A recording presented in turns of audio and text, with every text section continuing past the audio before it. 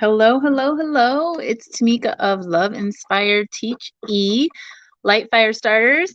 So we are going to get started. We had to take a little break from our special on Bitcoin, but we're back, and I'm really excited to have Drew back again today. So if you've been watching, thank you for checking us out again. And if you're new to the podcast, we definitely appreciate your support.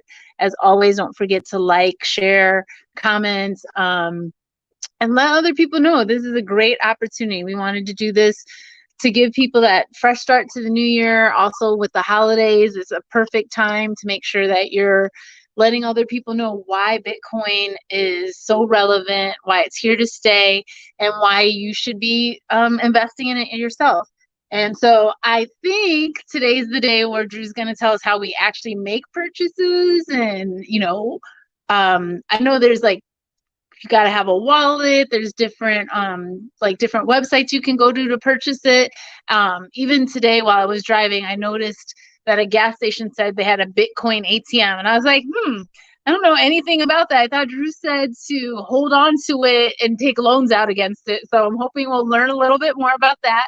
But let me, without further ado, go ahead and add Drew in here, give him a full intro. So if you haven't already been watching the LITE Firestarters podcast, Drew has been someone who's supported us from early on. He's contributed a lot of thoughts and opinions, and we got to talking about how, how can we really have an impact, and what are things people are missing out on, and that they really need to know about, especially when it comes to finances. And this is something that he's kind of taken on as his baby over the past couple of years during the pandemic. He made the time. He dedicated like his early morning hours to learn more about Bitcoin, why it's relevant, why we should be investing in it. And if you've watched for the past several weeks, you've learned about, what is money? How do we define it?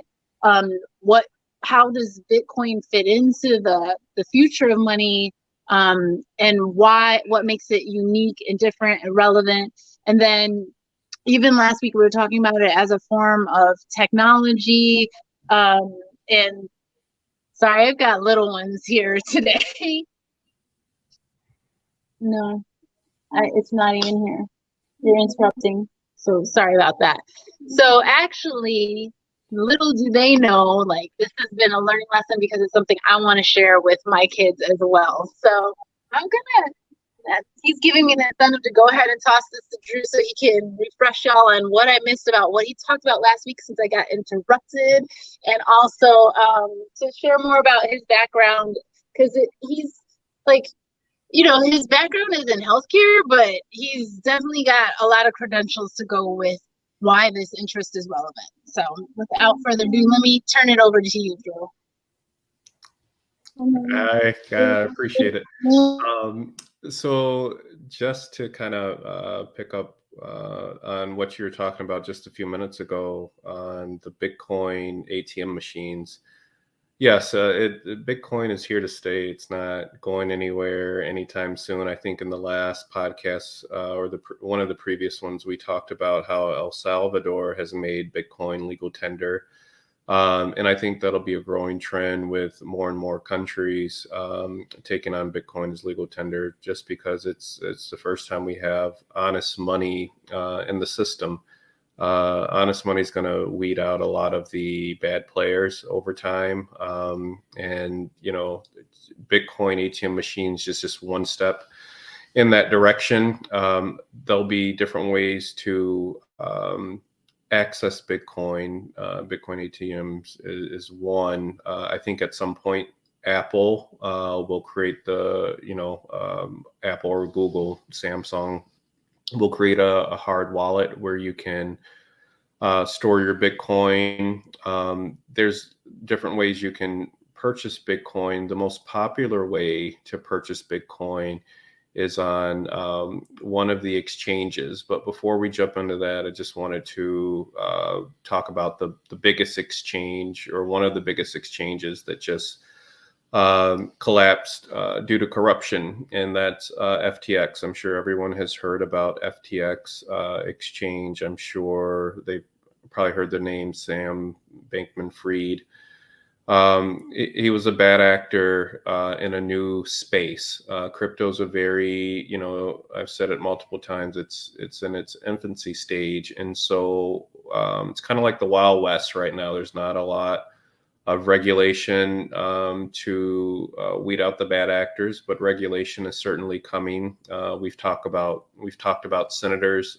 Cynthia Lummis is one huge Bitcoin advocate that's working on regulations for the U.S. And so, the reason Sam Bankman-Fried and FTX collapsed is because he was doing a lot of bad things. Number one, he was part of Alameda, which is it was basically like his own personal bank. His girlfriend was was the CEO of Alameda. So basically, Sam Bankman-Fried was able to issue his own tokens via FTX, and then he was able to get loans from Alameda to purchase those um, created tokens. And so we've talked about on the previous podcast how most of these cryptocurrencies are securities, and Bitcoin is the only commodity. And the biggest difference between a security and a commodity is a commodity has no issuer or no CEO. Um, and a security has an issuer or a CEO. And so in this case, Sam Bankman-Fried was the CEO or issuer of the FTX token. And so he was generating tokens kind of out of thin air, and there was no regulation to kind of oversee what he was doing. And he was getting personal loans from his girlfriend at Alameda to finance his projects. And so he was able to entice and lure a lot of people, celebrities, big time investors into the space. And unfortunately, everybody fell victim. I just through discovery, I realized that one of the exchanges I was using, which was Voyager, collapsed because of some dealings with FTX. So I didn't even know it was a snowball effect. So just to make everybody aware, this is a new space, but it's not to be feared. You're going to have bad actors, and that's why we're having this discussion tonight. When you do decide to get skin in the game and make purchases, you don't want to keep your crypto on an exchange, because if the exchange goes belly up or files bankruptcy and you have your crypto on the exchange, you don't have possession of that property. And so the best way just to get familiar, is to get skin in the game, and work with a small amount. It could be $10, right? $20. Try, one of the most stable exchanges right now is Coinbase. And so that would be an easy exchange that I would, maybe start with. And again, do your homework. This isn't financial advice, but it's just for education. But start off with a reputable exchange, such as like a Coinbase.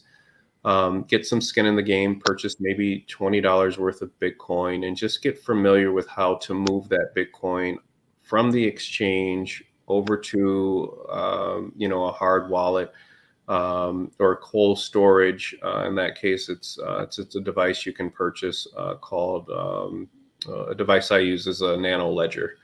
And so the benefit of a nano ledger, it's a device where you can move your crypto onto it, and you can put it in, put that device into your pocket just like you would your wallet or your credit card. And so now you've taken full possession of your property. You've purchased your property, via one of the exchanges, and now you've moved your property from the exchange onto a ledger, and you can take that property with you. And so we talked about in the past how that would benefit somebody like that's in Ukraine right now. Their country's being invaded, and it would be nice to be able to have a digital property you can take with you.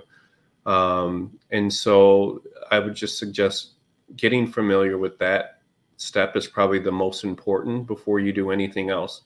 As you do your homework and as you do your research and get more familiar with what Bitcoin is and can offer, then you can slowly increase your investing opportunities, and accrue as much as you can. The goal in anything is to accrue as much as you can for the least amount. So I have Bitcoin. a couple questions though before you go into it, because you've kind of touched on a few different things already. So especially when you touched on, what's been happening in the news. So I just want to make it clear that those tokens that you were referencing are not necessarily the same as Bitcoin itself. Like that was something separate, that was kind of more or less affiliated, but it wasn't Bitcoin. Right. It wasn't Bitcoin at all. It was. So how do you know like the difference between a Bitcoin versus a token? So, anything that has a issuer, such as, FTX coins, or, just like a stock in a company, it has an issuer, and therefore that stock is a security.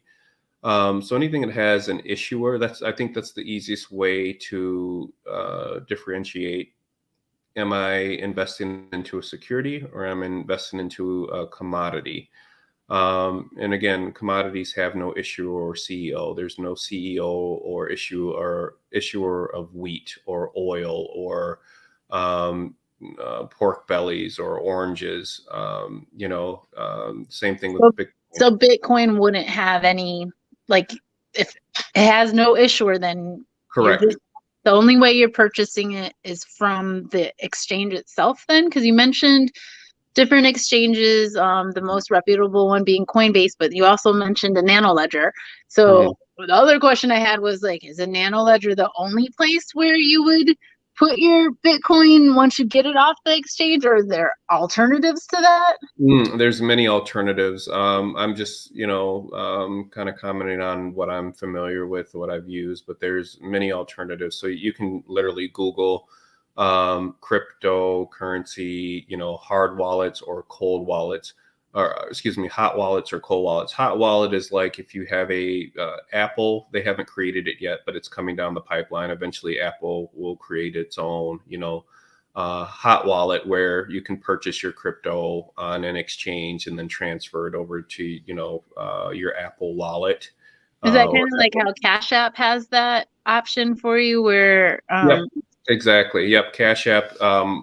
Thank you for bringing that up. Cash App already has a hot wallet feature on it, and you can purchase Bitcoin literally on Cash App, and you can hold it on there. But again, I would not hold me personally, just given what I've seen and experienced, I wouldn't hold my crypto on any of the exchanges, and I wouldn't. You can certainly hold it on a hot wallet. I think a cold storage or a cold wallet, such as a nano ledger, is more safe because you have complete control over that.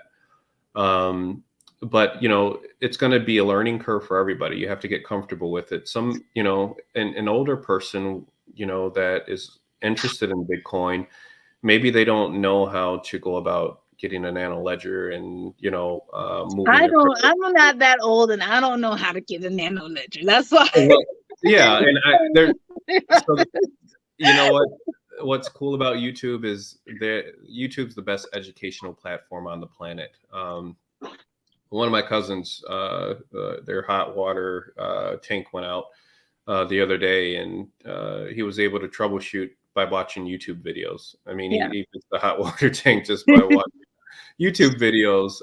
When I want to learn a new recipe, I just look on YouTube and follow the instructions. So, same thing with a nano ledger or a crypto wallet. There's a gazillion videos that can show you how to move things from, the crypto exchanges onto something such as a nano ledger. So there's many choices. The technology will continue to improve as far as security features and things like that. But definitely get familiar with moving it.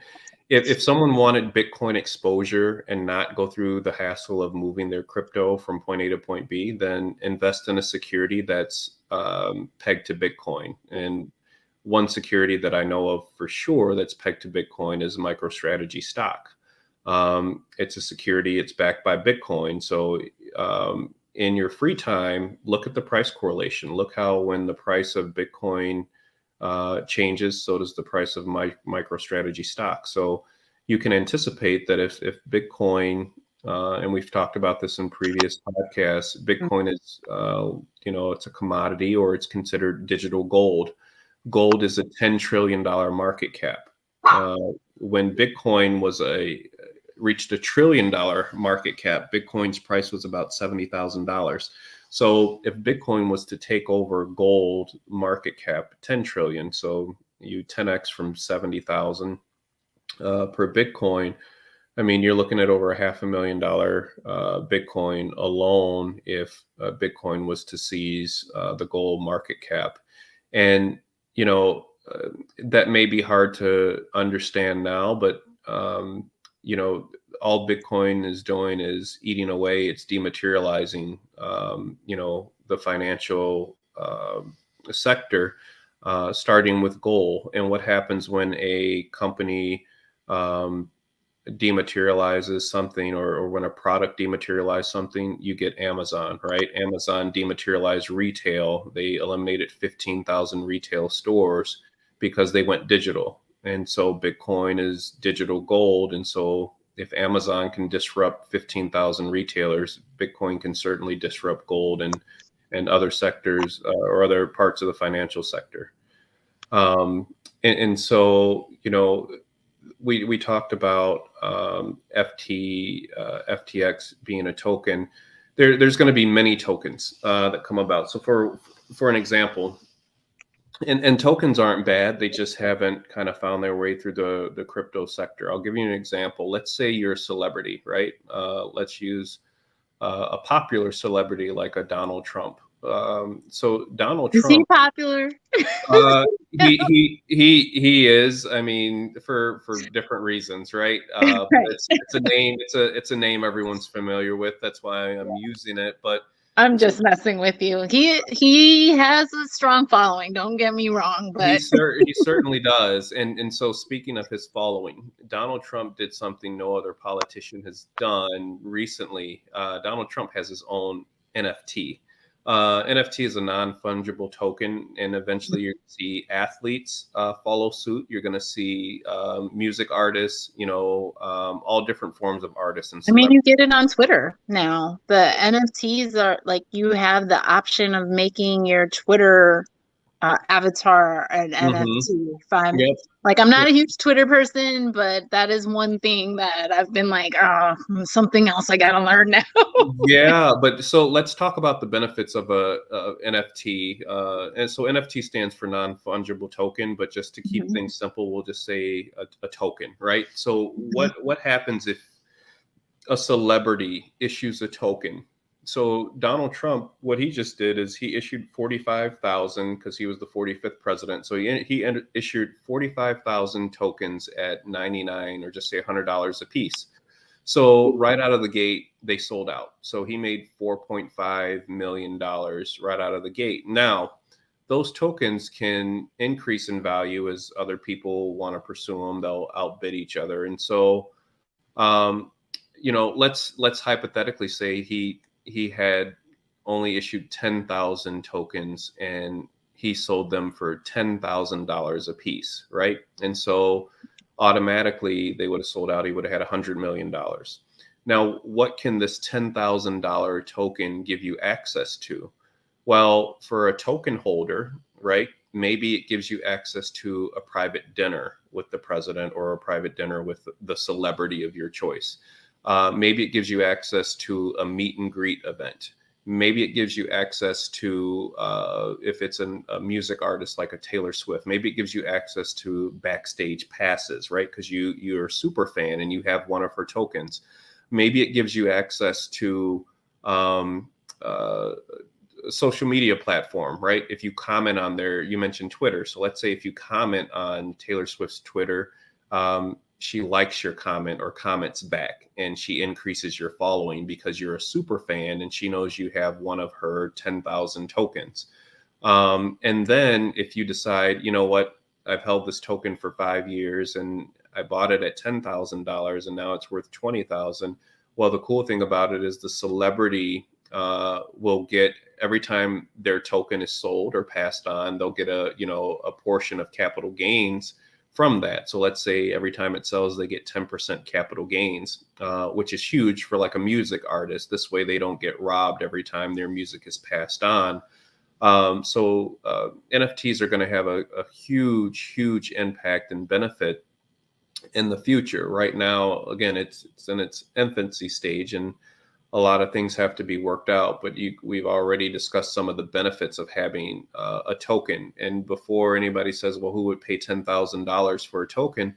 Think about it. A lot of people would pay $10,000 for a lot of things. Like they would pay $10,000 for seats at a playoff game, at a Super Bowl, or to see their, whatever favorite artist, musician. A lot of people will pay athlete $10,000 to just have that exposure. I think somebody paid like a couple $1,000,000 just to have a dinner with like Warren Buffett. So there are people out there, super fans, that will pay that much, and I'm just using that as an example, but NFTs is going to be very popular, and athletes will use them, music artists will benefit from them.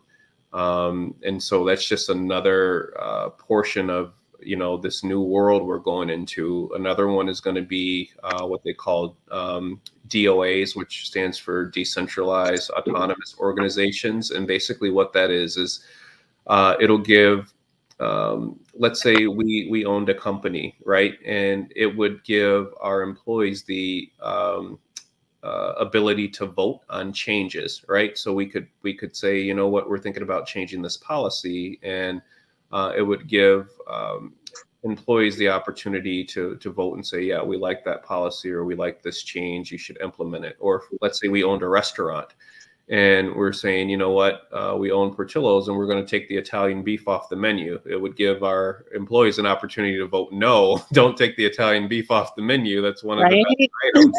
That's what we're you know what I mean? So it would give, it gives, basically, it will allow for smaller projects to be built underneath the organization's umbrella, and it will give the people involved, the employees, the opportunity to kind of voice their opinion to make the product better. A lot of times, and you see it in every business, a lot of times people reach a certain point of success and they start to assume that they know what the customer wants instead of asking the customer what they want, and so a lot of businesses fail just for that reason, but DOAs will give the option of keeping the employee and the consumer involved in the decision making. So that's just one of many things that's coming down the pipeline in the crypto world. So, but the NFTs and DOAs are all like variations on what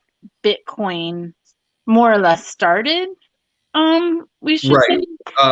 say the other difference too. What I was wondering when you were talking about NFTs and things people could do with it, can't they get taxed, especially if like celebrities are earning a percentage off of each sale?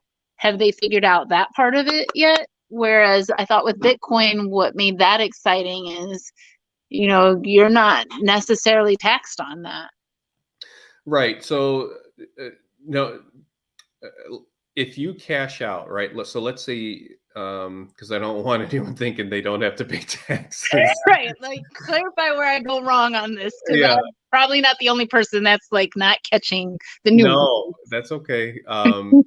So Well, the loans, they're not going to tax you on the loan. I know right. that. And we can walk through that scenario again. So if let's say you bought Bitcoin today, and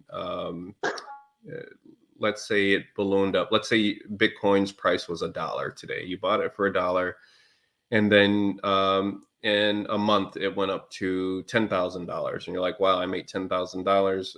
I want to cash out. I want to take this money. Well, Uncle Sam's going to be waiting for you, and Uncle Sam's going to say, congratulations, you did such a good job on your investment.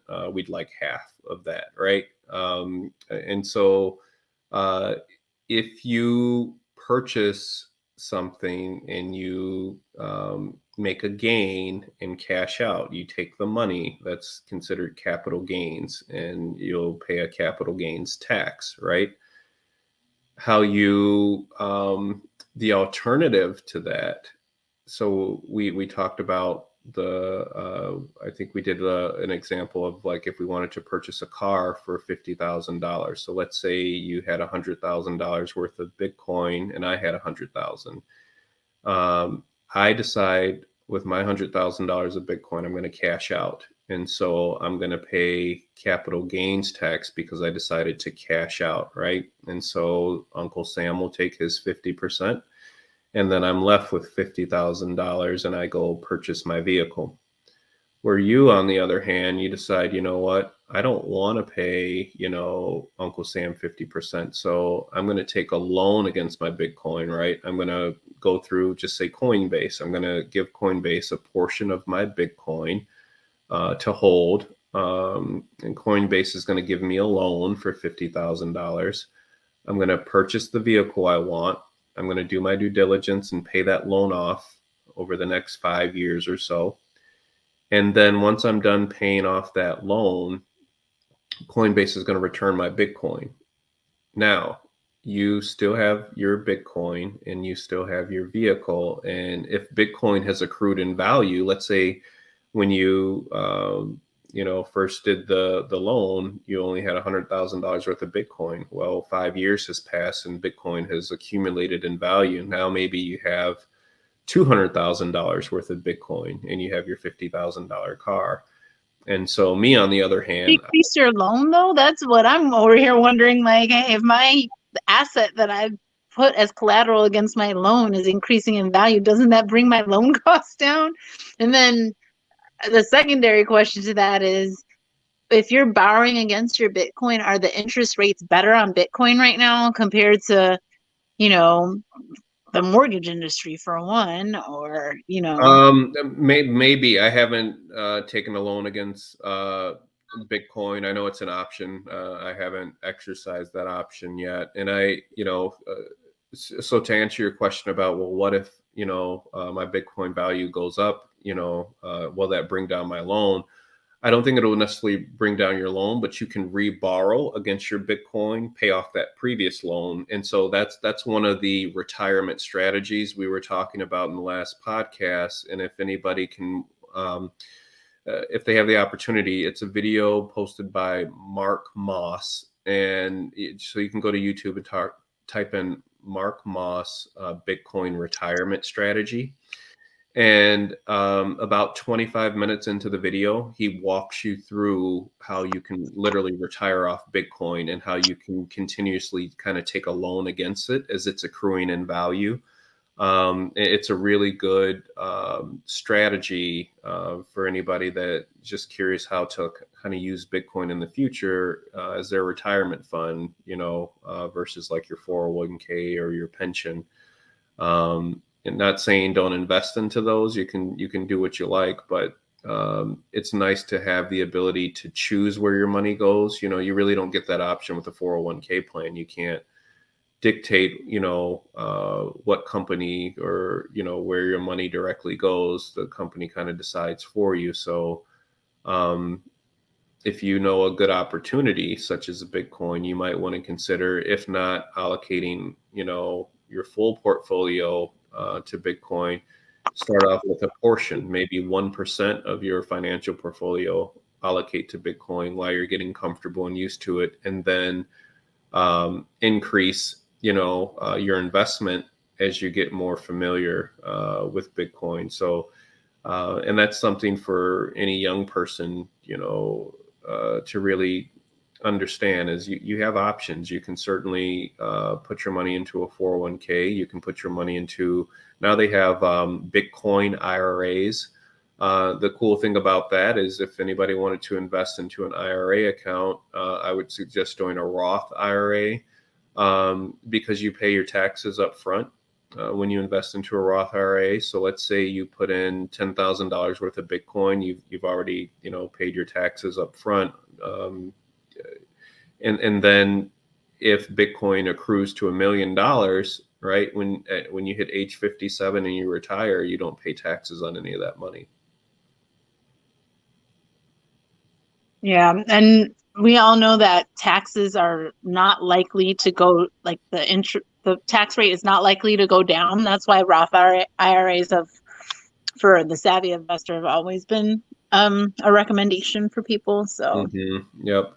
And there's a reason why, I don't want to go off the rail, but I feel like I took us off with some of my questions a little. No, that's okay.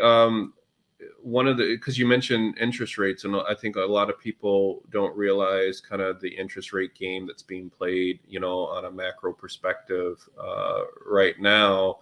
So we talked about Trump and NFTs. The one thing that people aren't aware of is when Biden took office.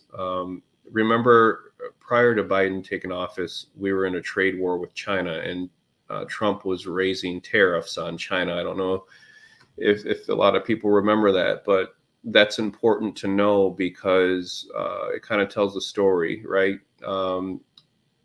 So China was getting a lot of kind of cheap money from the U.S. and they were buying up property, and Trump didn't like that. China was stealing a lot of intellectual property from the U.S. And benefiting off that. So Trump imposed tariffs, and tariffs is basically a tax. And so the tariffs kept going up.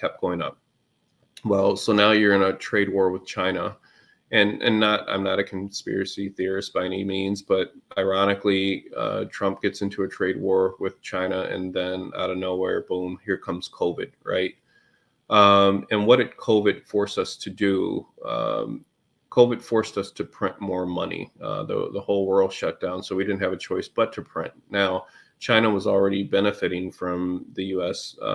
Printing more money through stimulus. So was that incentive? Who knows? Is that why Trump was calling, COVID the Chinese virus?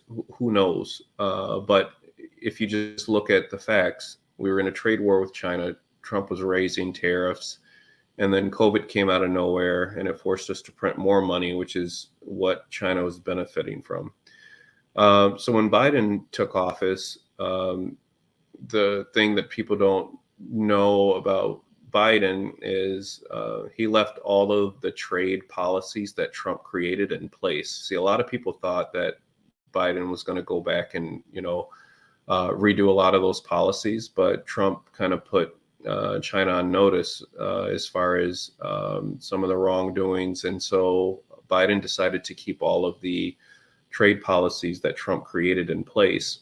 Well, one policy that recently passed, one law from the Biden administration, is China no longer can make the semiconductors, or they don't have access to the semiconductors. And that's huge because everything's going electric right now, and everything, you need semiconductors, those microchips. You need them for everything. Remember, we had the shortage of vehicles. It wasn't that they couldn't produce more cars. They were able to make the cars. They just didn't have access to the semiconductors or the microchips. And so Biden just recently passed a law, and he basically gave everybody in the U.S., or I'm sorry, every foreign worker in China who's working for the U.S., he gave them an option. You can either drop everything you're doing and come home, or you can lose your citizenship. And within that one single policy, it kind of destroyed China's economy. They don't have access to chips now. And that's one of the reasons China's trying to invade Taiwan. Taiwan produces a lot of the semiconductor chips. And that was one of the reasons Nancy Pelosi visited Taiwan. And basically she told them if China invades, to basically burn these chip factories to the ground.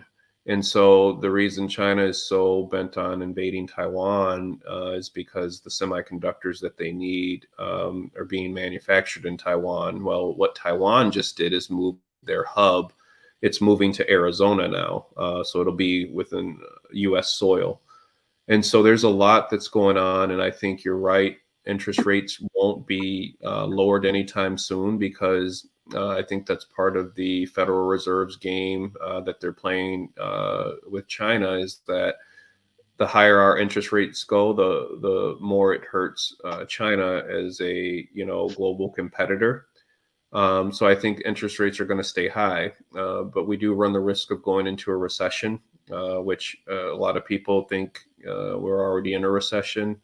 This Yeah, could we get. talked about that on the other podcast episodes too. So Yep, and things can get a lot worse, but I definitely wouldn't anticipate on any super stimulus packages coming down the pipeline. A lot of money printing. I think the strategy for the next short time is going to be to continue to raise interest rates because we're in a trade war with a adversary, and so the hope is it just doesn't turn into a full blown hot war where people are losing their lives from it. So anyway, not to get too far off topic, but it was important that you mentioned interest rates, and it's important for people to know that it's having an impact globally for a reason. And just like Apple is moving their base from China to India. So if anybody wants an Apple phone, now's the time to get it because there's going to be a break in the supply chain. About 90% of the pieces so the iPhone has like 1,400 pieces. About 90% of those pieces filter through China.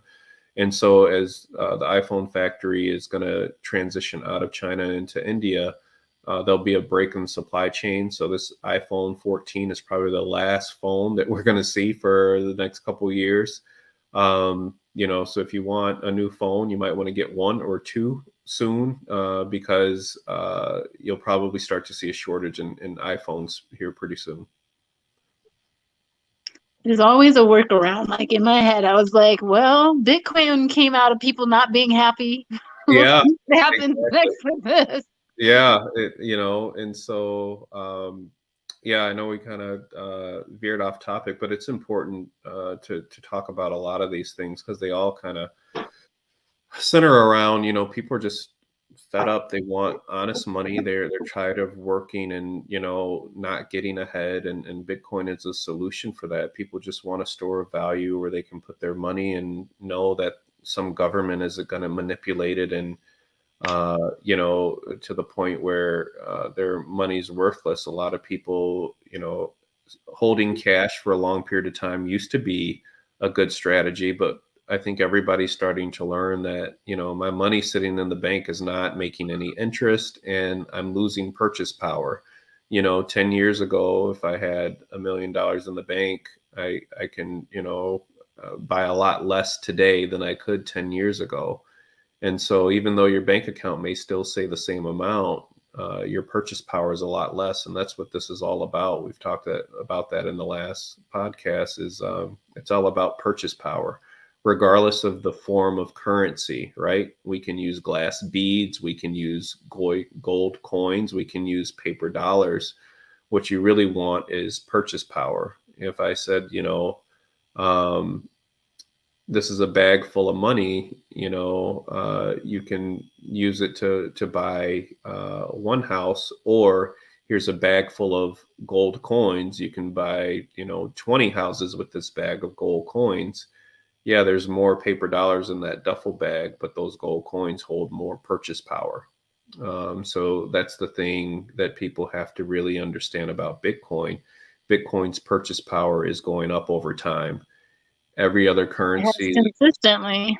yeah, it used to be a nickel and now it's, uh, 16, $17,000. So Bitcoin's purchase power is going up and the purchase power of our dollar is coming down. You can buy more today with Bitcoin than you could 10 years ago. You can buy less today with paper dollars than you could 10 years ago. And that's probably the most important thing to wrap your head around. Ignore everything else and just ask yourself, where am I going to retain the most purchase power? Am I going to do it with, X amount of dollars, or am I going to do it with X amount of Bitcoin? And so far, for the last 13 plus years, it's proved to be you're going to gain the most purchase power with Bitcoin. And so, you don't need, like I said, to go crazy on the investments, but get some skin in the game, learn how to purchase it, learn how to move it from point A to point B. And more importantly, or just as importantly, teach your family. This is family gold. You never sell the family gold. And if you want to purchase something, you don't sell it, you take a loan against it, you pay the loan off, and you continue to accrue and acquire as much as possible, because the conversation we're having right now, it may not reach a lot of people, but if it reaches just you and I and one other person, hey, we've done our job, right? And we've done our job. We've changed somebody's life. We've given them the path to create generational wealth for themselves and their families. I mean, that's a huge impact. Maybe we won't be able to see or witness that, but if one person or two people or 10 people are listening and they really, take into consideration the things we're talking about and do their homework and do their due diligence, it could potentially change their lives. And you just reminded me, that's where the commercial breaks need to come in. So you guys need to go ahead and like, share, comment. We really appreciate you guys jumping in, especially if you made it in for the live today. Thank you. Huge thank you for that. But don't forget that there were 3 podcasts before this where I feel like we really built up into why should you even think about Bitcoin? Why is it valuable?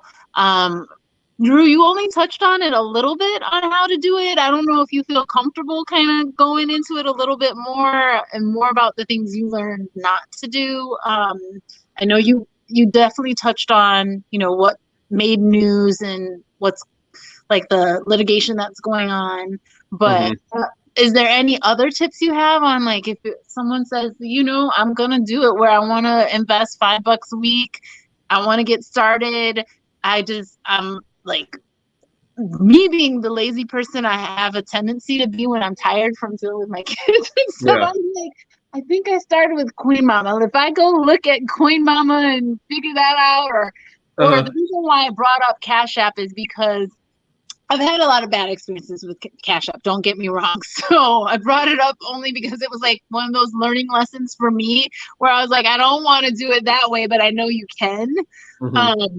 But like, how do I avoid some of those pitfalls? And especially if it's daunting, because like you just talked about a nano ledger. I've heard of Coinbase. Like I said, I'm driving down the road and seeing a Bitcoin ATM, and I was like, I wonder if I could just, how do I get an ATM card so I could just go that way?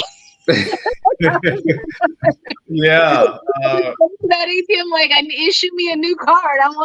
Give me an account. How does this work? Right. So I've only kind of dabbled with the Bitcoin ATM machine. And basically, you go to the ATM machine, you put in X amount of dollars, and it's going to print out a QR code. Basically, that's your Bitcoin address. And so you can scan it with your phone and you can transfer that, Bitcoin information that's printed on their QR code over to your account.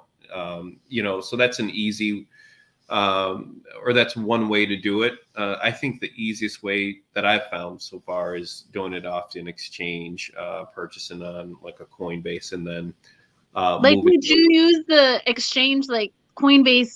Like if I'm trying to like buy something from someone else and they accept Bitcoin, is that how you do it? Is on that exchange, or is that where the wallets come in? Like I still feel like I have so much more to learn. Like, yeah, so there is. But I'm like, I still don't know how to do it.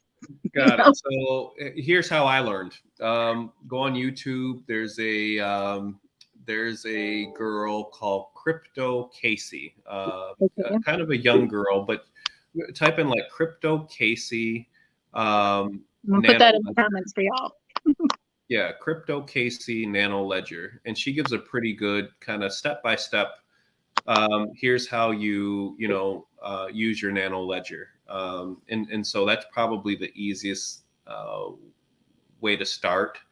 And so when I, again, what forced me to get familiar with the Nano Ledger is I had my money in crypto on an exchange, Voyager, and they went belly up, and it can happen overnight, right? Where all your crypto and money is stuck on this exchange, and Binance just bought out Voyager, so I'm hopeful that there'll be some sort of release of crypto and funds at some point. So But it's just your money's just like in a holding cell, though. It's not that it's gone. It's just that no one knows what happened since that exchange fell well, apart. if I can't take it, someone else has it.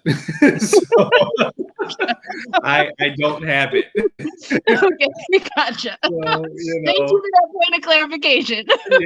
yeah. So I'm hopeful that I can have it at some point. So they can tell me, oh, it's still yours. You just can't move it. I don't buy that. I would like to have it. Gotcha. Like, that would make me feel better if I can just say, all right, give it to me, and you guys figure out the rest. But yes, I'm hopeful that myself and, friends of mine that have invested in Voyager, I'm hopeful we can get our funds back or our crypto back, or a portion of it. That would be really nice. But that's what forced me to start using a Nano Ledger, because I never wanted to feel that helpless again, having your hard-earned money and crypto on an exchange, and someone else has the, kind of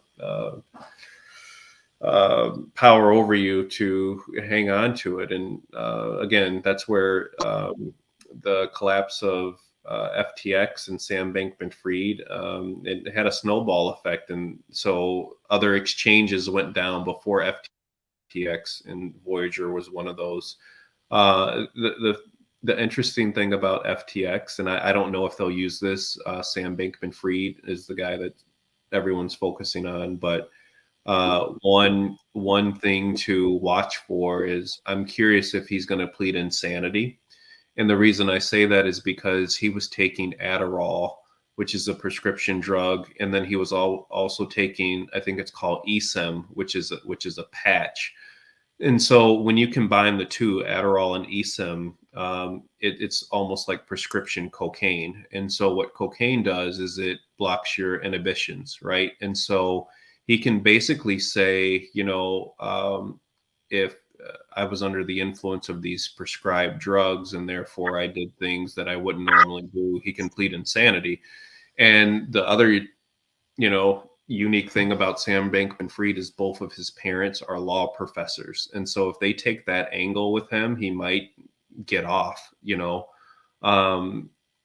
it's just something to watch and be aware of. But if you know anything about Adderall and this eSIM patch, you combine the two and they have the same effects as cocaine. And so it's a strong possibility he can plead insanity and use that as his scapegoat. So we'll have to stay tuned to see if that happens. We don't want that to happen. We want you to get your money back and Right. figure out, Right. you Yep. know.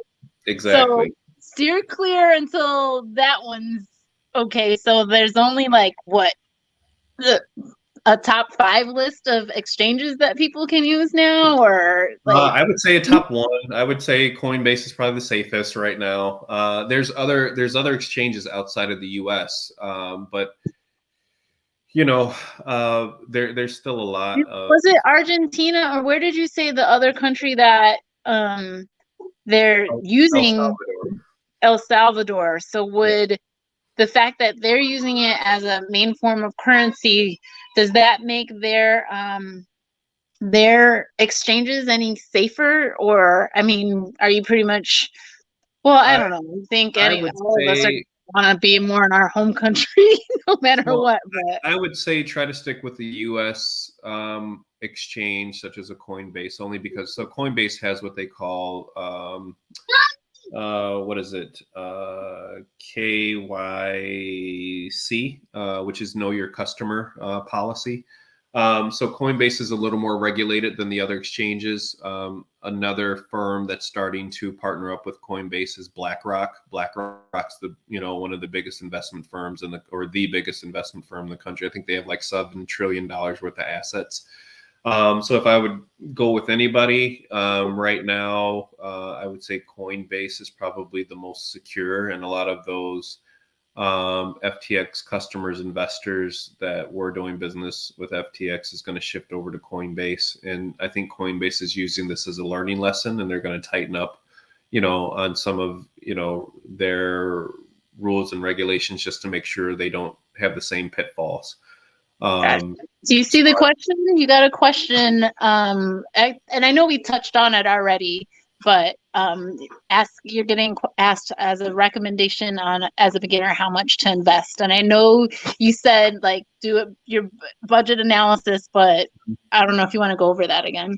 Yeah. So everyone's financial situation is different, and so I would say invest what's comfortable for you, because $10 a week may not seem like a lot to some people, but $10 a week may seem like a very, significant amount to someone else. So I would say do what you're comfortable with financially. Don't put yourself in a hole, you know what I mean? Trying to invest. Whatever money you put in, just say, this is money I plan on saving and not touching for 5 to 10 years, right? This is my savings account. So use Bitcoin as your savings account. If you're not going to hold it for that long, don't invest, right? If you don't plan on holding it for, I would say at least 5 years, don't invest into it. And so find you a comfortable amount that you can safely say, you know what, I can put this $5 away every month or every week, and I know for sure I don't have to touch it for 5 years. I mean, $5 a week is like a Subway sandwich, like not even a Subway sandwich a week. Yeah, not like a lot of Subway. You know what? I went. So I was starving the other day, and I very rarely go to McDonald's, but I got one of their chicken sandwiches, and one of my coworkers. McDonald's is not inexpensive anymore. It's not, and so my kids make me learn that lesson all the time. two chicken sandwiches and a fry was like $17. Mm-hmm. And I was like, how can somebody feed their family? You used to be able to take, $20 to McDonald's and feed the whole family. But now you can forget it. Somebody's not going to eat tonight. Yes. So that's why when you said $5 a week, though, I was like, all right, cool. Now, if I could only figure out how I take my $5 and figure out now that your Bitcoin's what, $16,000. Right. Now, how the hell do I figure out how to get my little tiny piece of Bitcoin? Exactly. Bitcoin for my $5, but how do I do that? Well, so for example, let's say I can't remember. Someone did the breakdown not too long ago, but basically they said, okay, if you bought $1 worth of Bitcoin, that was like, I don't know, it was like 6,000 Satoshis, right? And so, maybe, and by this time next year, a couple years from now, maybe $1 will get you $2,000 or 2,000 Satoshis. You know what I mean? You can start to see how it trends down. So when Bitcoin was $1 way back when, $1 would have got you 100 million Satoshis. Satoshis is like the smaller version of Bitcoin, right? It's Correct. like our pennies to our dollar. Exactly. Yeah, that's exactly what it is. Yep. And so you'll start to see that fall, the amount of Satoshis you can get for $1. And so I think there's like a Satoshi calculator somewhere on the internet that you can kind of do apples to apples comparison for. And so me, the $5. I'm like, all right, cool. Now that we've talked about it a little bit, now I'm gonna learn about my nano ledger, and I'm gonna learn about this taking it off the exchange and putting it on my nano ledger, whatever number of Satoshis I can get with my $5.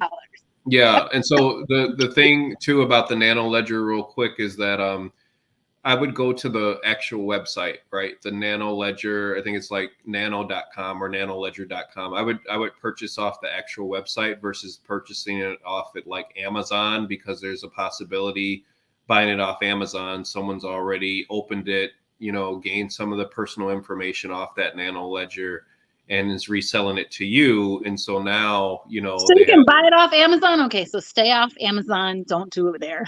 Yep, I would buy it directly from the website. Yep. All right. Yep. So yeah, that's just. I'm glad we talked about that, because that's just another little takeaway. Yeah, I need all the little takeaways you can give, because I was like, okay, now that we've finished the special, I can do it. I've got some basics.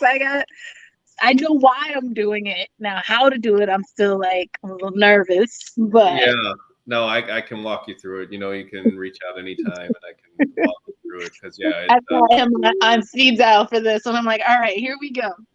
Yeah, hi there. Mommy, you gonna help mommy buy some Satoshi? Maybe some more Pokemon cards. Oh my goodness! All right, let me get rid of him. All right. Well, listen, thank you. I appreciate coming on tonight. Okay, good. Yeah. So if I can explain it to him in kid terms, I might feel a little better. That's right. That's right. No, and he loves YouTube, so I haven't got him to sit down long enough to watch the YouTube that you shared with me for kids. Yeah. But I feel like all of it's going to increase my comfort level. That's what I'm trying to get. So I'm in the $5 a week crew. So Tony, if you need to jump in with me, we might have to go do this together.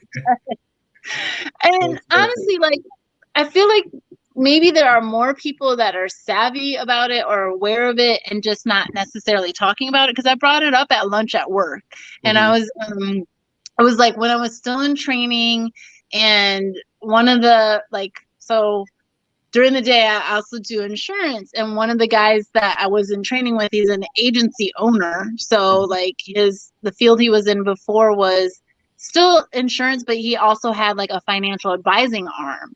So when I brought it up to him, he brought up the exchanges, and this was before, the litigation had started. And he said the same thing about following an exchange to get started there. And I was like, no, that's like the slow start. I want to do the real thing. I want to put money in and not feel like if I wait too long, it's going to cost even more. Right. Like, it's about how the value is there. It hasn't decreased in value. Like, that alone to me was like, yeah, it makes sense. I'm dragging my feet. I need to stop dragging my feet. I need to just do this. Yeah. Well, don't. And here's the thing. So we're in the last week of 2022. It would not surprise me if within the next couple of days the stock market fell, because and if the stock market falls, you'll see cryptocurrency fall too. A lot of people are liquidating either their cryptocurrency, like their Bitcoin, or a lot of people are liquidating their stock. And the reason they're doing that is because they're trying to balance the books for the end of the year, right? They want to get everything balanced. And so sometimes when you have an excessive expense, and COVID caused a lot of excessive expenses, and the labor shortage is causing a lot of excessive expenses because people are now, paying for outsourced work. And so you may see a lot of companies have to liquidate assets to balance their books, which will bring the price of Bitcoin down further, which will bring the stock market down further. If it happens too quickly or too severely, we could see a crash. But that's just something to be aware of, and never feel like. This is the week. I have no excuses. I need to go in this week, and because part of the reason why I had set that deadline for myself was because next week we wanted to get more questions from people about why this interests them. What are their concerns, and just get more feedback. Yeah. So I was like, all right, well, I'll definitely be able to do that if I've already started, Right. this Exactly. journey. Yeah. So yeah, I think that'd be great to wrap up with just kind of an open discussion on anyone that has questions. We can kind of go into the specifics and answer those questions as best as we can. And yeah, no, this has been fun. I'm glad we've been able to do this. I'm glad we've been able to get the information out there and drop these little artifacts for people, not just today, but for, weeks and years to come. I think it'll be good for a lot of people to have this as a resource and kind of a guide to understanding. Beginner's guide to Yep. getting into this and Yep. why you want to do it, all that. Well, I Exactly. thank you for taking the time to explain it because, like I said, it's not something I'm familiar with. My comfort level has definitely improved over the weeks just off of our conversation. So I Yeah. appreciate that. We're going to get some momentum. So next week, other people can ask more questions and we can Yeah. see, what we can build upon and maybe like do this quarterly and see how things have improved from there. I really think I'm saying it prematurely, but I see a future there. I think that your podcast may shift into a Bitcoin sector at some point. As this grows and grows, you might pivot. So stay As tuned, long as everybody. it makes money, I'm okay with that. Yeah, stay tuned. I can see that coming. So we'll keep you posted. All right. Well, sounds good. Thank you so much for sharing your knowledge. Thank you for those who watch. Don't forget to share, like, subscribe, ring the notification bell, all that good stuff. But I hope this was of value and that you get started with me so that next week I won't be the only one asking questions. That's right. All right. Well, thanks again, Drew. I really appreciate you. And we'll definitely see you again next week. All right. Have a good night. You too. Bye.